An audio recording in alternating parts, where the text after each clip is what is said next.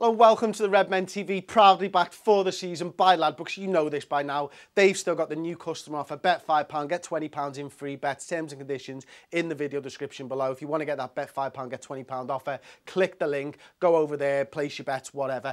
So we are here to discuss the starting 11 that Jurgen Klopp hopefully does take charge of the game. It's looking likely that he will take charge of the game. He missed training on Wednesday, back taking training today. Fingers crossed for the health of the manager. This is the side that I believe that he will be putting out this weekend against the Southampton team that we have struggled to score against.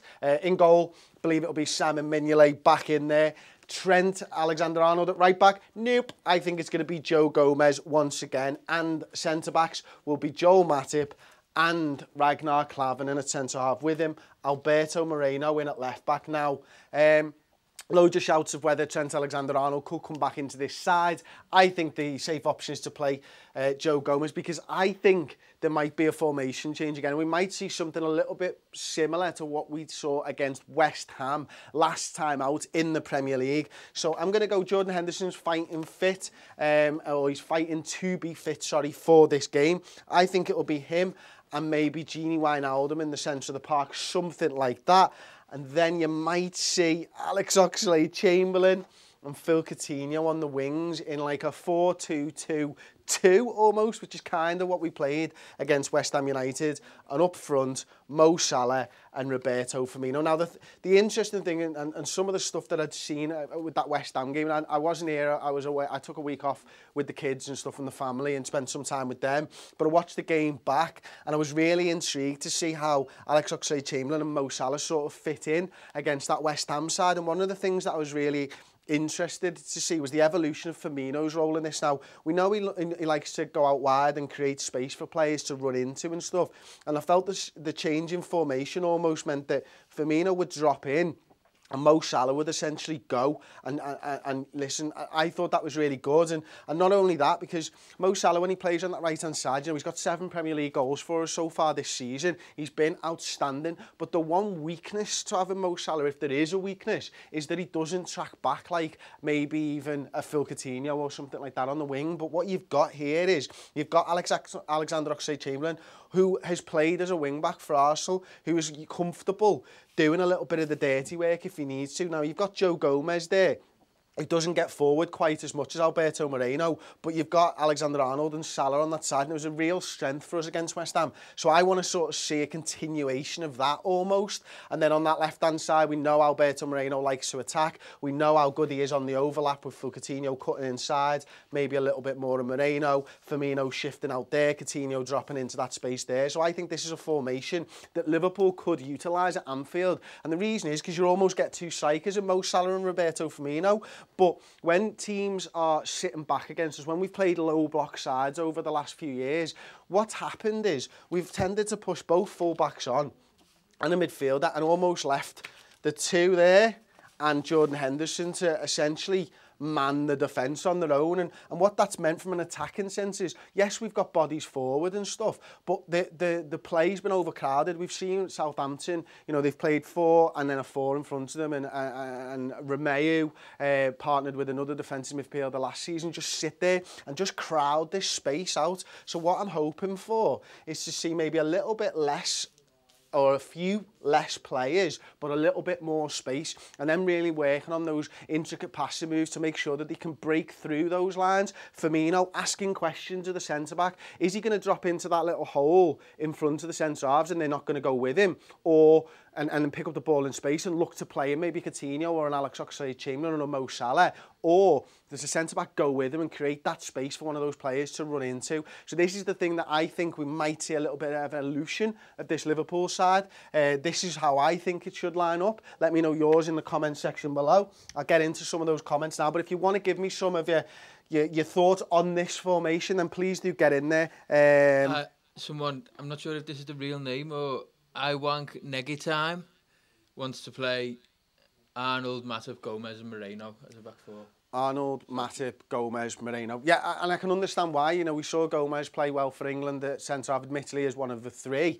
And I'd like to see Joe Gomez play centre-half as well. And the reason that I don't think we'll see a lot if any, of Joe Gomez at centre-half is down to the fact that Nathaniel Clyne's out for another 3 months. We're probably not going to see him until mid-February after his back surgery and stuff. So how often can you play Trent Alexander-Arnold at right back? Are we willing to say you are going to play right back every single game and Joe Gomez, you're going to play centre-half every single game? I don't think that's going to be the case. So I think it'll be either Matip or Klavan or Matip or Lovren, and we will continue to see Joe Gomez develop as this right back. And as I said, one of the reasons that I like Joe Gomez at right back for us is because he isn't getting forward as much as Trent Alexander-Arnold. Now, I know that sounds counterintuitive to some people, that when you sit back, you want to throw players forward, but sometimes that's what's causing us problems, I think. I think we've seen over the last 18 months, 2 years of Klopp being in, that we've struggled to break these sides down. And one of the ways that I think we saw against West Ham, who didn't want to concede goals against us, who have sat back, and Huddersfield and all this, is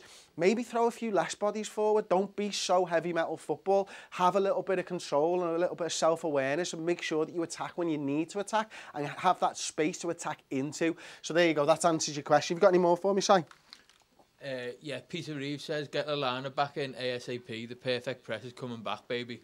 And you know what? That's spot on. Like, I'll go into the subs, actually. Got Lloris Karius, got Jimmy Milner, got Dejan Lovren, got Emre Can, who could well come in for Jordan Henderson, actually, because Henderson's still fighting to be fit. Adam Lallana, I think, might make the substitutes bench.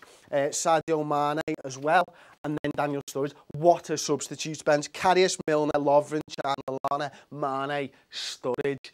Wow. And look, you could swap Mane for Alex Oxlade-Chamberlain if he's fit enough, or we could say Mane, you know what I mean, no for Coutinho. There's so many things now. We could do 4-3-3 with almost Coutinho here, and then just back to what it was at the start of the season with Sadio Mane over here. And then the questions are, which is what you're talking about, does Lallana go in there as well? And then look at them from 5. Wow. Coutinho, Lallana, Salah, Firmino, Mane. This Liverpool side is coming into, feels like it's coming into form. It also feels like the players are coming into fitness, and it's an exciting time to be a Liverpool fan. I spoke to Andy Kelly on the Reds News Roundup on redmentv.com. It's £5 a month. If you've not checked out all the other shows, the bigger shows that we do, you do go over there and check them out. We've done the final word. Of course, we do the final word every single time Liverpool play a game. We've done the Reds News Roundup this week with Andy Kelly, chief sports writer for Liverpool Echo. Well respected and such a good guest as well, showing genuine journalistic insight into this Liverpool side, and he's a fan as well, so he just gets it. And we've just done a live box show as well, where we've seen some really cool stuff. Like, I do recommend going and checking that out. But what Andy Kelly was saying about Adam Lallana is that they played some kind of game behind closed doors for a few of the players coming back from injury, and they didn't put Adam Lallana into this game. Now, I think it was on Tuesday this week, it may well have been Monday, and they didn't put Adam Lallana into this game because the level wasn't high enough for him. He was ready for double sessions, and the players who were coming into this game weren't quite ready for double sessions yet. So again, as I mentioned, genuine insight into this, speaking to people at Liverpool. Adam Lallana is probably much further along than we think he is right now. So genuinely think he could be on the subs bench. Fasi Rahman says Mane is fit now. I've not seen that. If that's the case, brilliant, absolutely brilliant, because you know what, we love Sadio Mane, don't we? That's what it comes down to. We've seen what he can do in this side, and he's lagging behind Mo Salah on goals, actually. I think, you know, the next thing to do really is the first goal scorer. And do you know what? I have got Mo Salah again. And do you know why? Because he's got 7 Premier League goals, and the nearest one to him, he's got 3 goals. So it's 7-2. Ladbrokes.com at the time of right now, just before filming, it was 7-2, first goal scorer. He's done that a lot for us this season. I'm going to continue to put money on Mo Salah scoring the first goal, because I've won money off it. And if you want to, and you're old enough and you can afford to bet, then you should go and do that. But please gamble responsibly, of course. Any other stuff for me, Si? Jacob Williams said, I'm in favour of being able to rotate between formations, makes us a lot less predictable. That's it, isn't it? You know, we've seen now, again, I said it over the last couple of years, where we play one way, and we have that one way of playing. If it doesn't work, do we have that plan B? And I hate to level that plan B stuff, but I think we're seeing that now. I think we're starting to see that we do have a little bit of tactical fluidity about us, and if something's not quite working, it's not just a case of just swapping one around. You can change the formation, you can bring different types of midfielders in. There's a genuine shout for James James Milner to be in this side as well. Like, this is probably one of the hardest, I say this every week, one of the hardest starting 11s to do, because after the international break, you're never really sure who's coming back. Are they a little bit tired? What are the distances they've travelled? Who's been there at Melwood? How many times has Klavan and Matip, have they been there together all 2 weeks? And if so, they should probably be working together all week. They should be the centre-backs who are going to be playing. Has Lovren been away? All these questions. But the tactical fluidity, and to answer your question, is absolutely brilliant. We need to be able to change it up. We need to be able to change it up for our opposition, because we don't want them knowing what we want to do, and we want to be able to score more goals. And then ultimately, the best way to do that is continue to evolve this formation and evolve this team into a sort of system that can continue to score those goals for us. Alexander Wallace, I feel kind of bad for Ox with Lallana coming back and keeping Coutinho. It's going to be tough for him to get starts, even if he's playing well. I feel bad for him, but we shouldn't, because he's paid a lot of money to be at Liverpool Football Club. He knows the drill. If he plays well, he'll get into the side. He's got great players ahead of him. Adam Lallana, as we know, he's the player that we've probably missed more than anyone, because our pressing just hasn't been as good as last season. You know, he's that guy who can win the ball back out of the pitch, start a counter-attack before it's even at our defence, and we're there. That's the gegenpress. That's what we want to see. Phil Coutinho is a magician. We all know about his skills on the football. Alex Oxlade-Chamberlain had a good start to his career. The last few weeks, he's been really good at Liverpool, and I want him to continue that. But if there's better players and players who are playing better than him, then so what if he's sat on the bench ultimately? Got anything for me, Si? Doesn't matter. Isn't Doom Grime Media says Virgil van Dijk own goal, calling it now? Go ahead. Go ahead. What are the odds on that, lad? Brooks, check them out for me. And if you fancy it and you can put your money where your mouth is, then you know where to go. Jonathan Higgins says, hope it's better than your last prediction. Took me ages to fix the board before the West Ham game. That's for you, Jonathan. That's for you. Liverpool for life. You'll never walk alone, says David Kaleo. Darwin Arula says, I hope Lallana plays for all those reasons that we've just spoken about. When does Christmas start, Chris? Says Richo plays. Now, it's after my birthday, mate. Christmas only can start after my birthday. My birthday, guess what's on my birthday this year? The derby. December the 10th. Yeah. Never had a derby on my birthday before, man.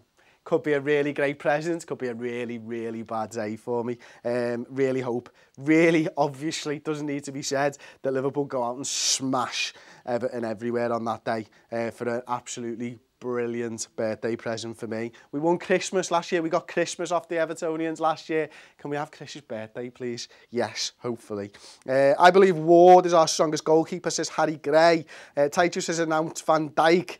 Daniel Murphy is a Newcastle fan, just says Toon, which is nice. Pajak say Scouser words. Boss lad says multi-robot ghost. Karius would be nice. He deserves it. He's been all right in the Champions League games. He's been absolutely fine. Still think Mignolet is better than Karius. They'll still think that Ward could be better than both of them. Agree with the comment earlier on. So there you go. Coutinho needs to be on the bench as Scouse. Wow. Okay. Wow. My Christmas has already been made by you reading my comments. Oh, you suck. But thank you. I appreciate it. A video on senseless lambasting of the captain of Liverpool Football Club, our club, Jordan Henderson, please, says Tamme Treverdi. No, we're not senseless. We don't senselessly bash Jordan Henderson on here. Colesmon says, announce Pajak, yes. Well done, Redmen TV, on the award. Truly well deserved. Glad my vote helped. Keep up the great work. You never walk alone, says Owen Gallagher. Thanks very much. And you know what? I've not said it myself. Paul said it on a few videos this week and stuff. To everybody who voted, to everybody who tried to vote, who got us that North West Football Award for Best Fan Channel of the Year, thank you so much. Redmen TV is literally nothing without you guys. Without the viewers, we wouldn't be able to do what we do, and that is doing something that we love, which is just talking about Liverpool Football Club. It's the best job in the world. I'm absolutely buzzing. I was buzzing on Monday night. I was pissed on Monday night as well, actually. Thank you so much to everybody who voted. Don't forget, check out Redmen TV on Twitter, on the new app, Volley. If you've not checked us out on Volley, it's like a football, Twitter, Instagram. It's really, really cool, building up a really great little community, and we're giving away a Christmas sweater. So go and find that first photo of the Christmas sweater that we put up. It's the last Christmas one. If you've not seen the Christmas sweaters, you need to go over there and check them out. But I was sent here from the starting 11, and when we get to 2,000 followers on Volley, we will give away one of our much loved and much anticipated Christmas jumpers. The Mane last Christmas one is absolutely outstanding. Check us out on Facebook, Twitter, all the usual places. Don't forget to subscribe to us on YouTube. Give the video a like. like, and I will see you after Liverpool beat Southampton, hopefully at the weekend. Thanks for